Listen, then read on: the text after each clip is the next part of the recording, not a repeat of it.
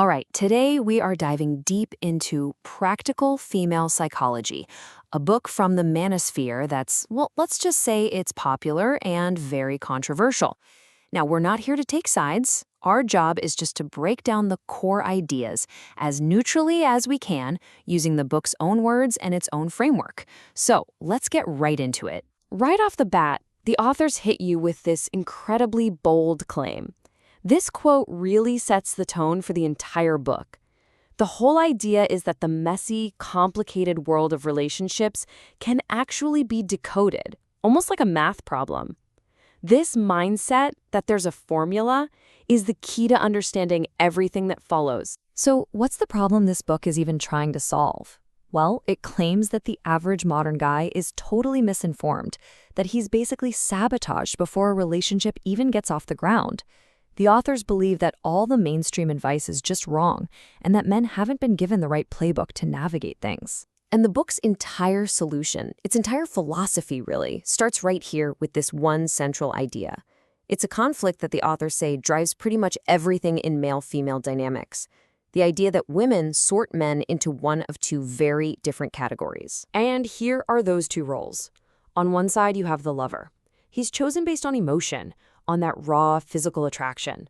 On the other side, you've got the provider. He's chosen through, a more rational, logical analysis for security and survival.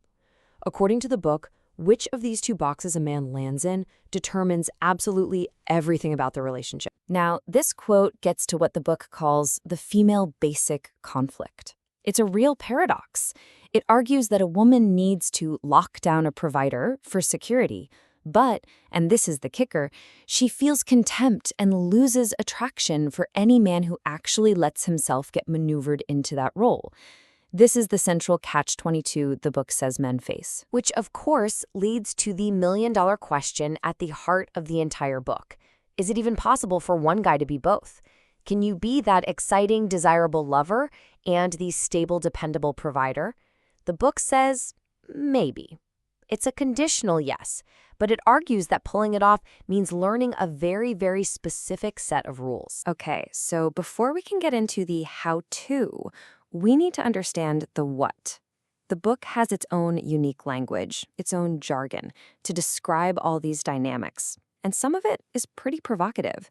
To really get their worldview, you kind of have to learn to speak the language. First up is probably the most well-known and, provocative term, magic pussy syndrome, or MPS. The authors define this as a kind of perceived entitlement, the idea that a woman might expect special treatment, like free dinners or drinks, simply because she's a woman. In their view, it's a social script that men need to be able to recognize and deal with. And to give you a feel for what they mean, one of the authors tells this personal story about what he saw as a clear double standard. He talks about a girlfriend who thought it was totally fine for her to keep in touch with exes and other guys, but it was absolutely not okay for him to do the same. The book presents this as a classic example of MPS in action, where the rules just aren't the same for both people. All right, next up in the glossary is the early frame announcement, or EFA. The book says this is something that happens early on, a kind of subtle, unspoken declaration of a woman's non-negotiable terms for the relationship. It's framed as both a test for the man and a way for her to lay down her ground rules from the start. So here's a concrete example from the book. On the surface, it sounds simple, right? Just a personal preference. But the authors argue you have to look at the subtext. They say the real message here, the ifeti, is an inflexible demand. My lifestyle involves going out late. If you're a homebody, this isn't going to work. It's all about spotting those hidden conditions. Okay, so you've learned the framework. You understand the jargon. So what are you supposed to do about it?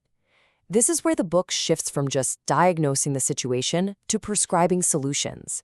It lays out the practical tactics for men to use to navigate all these dynamics. The book's playbook kicks off by mapping out what it labels these stages of female manipulation. It's presented as this predictable sequence of events in a relationship, starting with tests and escalating all the way to self-determination. And the core argument is simple. If a man doesn't handle these stages correctly, attraction dies. One of the key tactics that the book describes is something called the double bind. This is presented as this powerful psychological trap where a man is given two demands that contradict each other, which puts him in a total no-win situation. Like being told, I wish you'd be more open, but then getting criticized for sharing your wrong feelings. So how do you escape this so-called trap? Well, the book's advice is pretty blunt. It says you can't engage with the demands at all. You have to reject the entire frame of the conversation. In their view, trying to logically argue your way out is a losing battle. The only winning move is to refuse to play that particular game.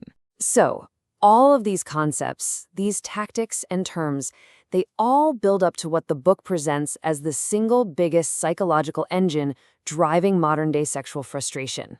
It takes this well-known concept from Freudian psychology and uses it as the final piece of the puzzle. And here it is.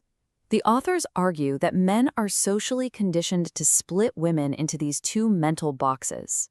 There's the Madonna, pure, lovable, someone you'd build a life with, but not someone for raw sexual desire. That's the provider's partner. Then there's the whore, an object of intense sexual desire, but not someone you'd love or respect. That's the lover's partner. They claim this internal conflict inside men is the real root of the whole problem. And the book argues this isn't just some niche theory. They point to these two massive, billion-dollar industries, pornography on one side and romance novels on the other, as proof. They claim these industries are so huge precisely because this complex stops people from finding both sexual and emotional satisfaction with a single partner. So what's the solution? The book's answer is really captured in this quote from one of the authors. He says the way out is to just completely reject this false choice, to stop seeing archetypes and just see women as whole individuals. But then he adds this little sting in the tail, saying that in our current society, actually doing that can be emotionally dangerous. And that really brings us to our last slide and a final question for you to think about. Whether you agree with this book or you think it's completely wrong, the fact is, playbooks like this, for both men and women, are incredibly popular. So what does that say about how hard it is for people to find connection today? It's definitely something to chew on. Thanks for joining this explainer.